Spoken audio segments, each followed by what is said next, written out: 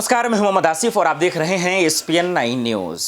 राजस्थान में फिर से चुनाव का बिगुल फूकना शुरू हो गया है। विपक्षी पार्टियां जो हैं सीएम के चेहरे को लेकर हंगामा मचानी शुरू कर दी है। विपक्ष का सीएम का चेहरा कौन होगा, इस बात को लेकर जानकारी और खबरें आनी शुरू हो गई है। सचिन पायलट या अशोक गहलोत छोड़ दीजिए, सत्ता पक्ष की तरफ से, लेकिन विपक्ष की तरफ से, बीजेपी की तरफ से सीएम का चेहरा कौन होगा, इस बात को लेकर सबसे आगे आने खबरें शुरू हो गई और वो है वसुंधरा राजे जी। वसुंधरा राजे को लेकर बीजेपी ने आधिकारिक बयान नहीं दिए हैं। क्या है पूरी खबरें, जरा सुन लीजिए। वसुंधरा राजे को होना चाहिए बीजेपी का सीएम चेहरा, ये कौन कह रहा है? शक्ति प्रदर्शन में शामिल हजारों समर्थकों की ये मांग है। अब सवाल ये है कि कांग्रेस का क्या होगा, उस पर मैं आऊँ, लेकिन पूरी खबर सुन लीजिए।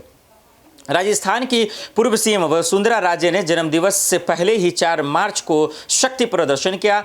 इसे विधानसभा चुनाव के लिए जनता को साधने का जरिया बताया जा रहा है। अब क्या वो सीएम का चेहरा होंगी नहीं होंगी, ये तो आने वाले वक्त में पता चलेगा। लेकिन सवाल ये है कि सत्ता पक्ष क्या कर रहा है? क्या सीएम का चेहरा अशोक गहलोत ही होंगे या फिर सचिन पायलट होंगे? क्योंकि इस बात को लेकर कांग्रेस ही नहीं, कांग्रेस के हाईकमान तक भूचाल मचा हुआ है और इसी बात को लेकर चर्चा हो रही है कि कांग्रेस का क्या होगा, कांग्रेस जीतेगी या हारेगी, इस बात को लेकर बवाल मचा हुआ है।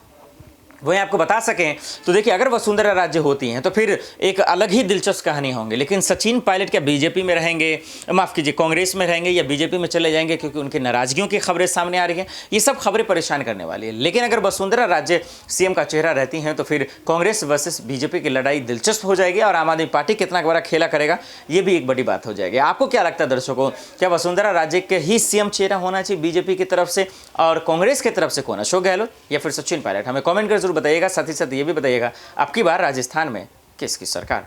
देश दुनिया की बाकी खबरों के लिए देखते रहे एसपीएन 9 न्यूज़। नमस्कार।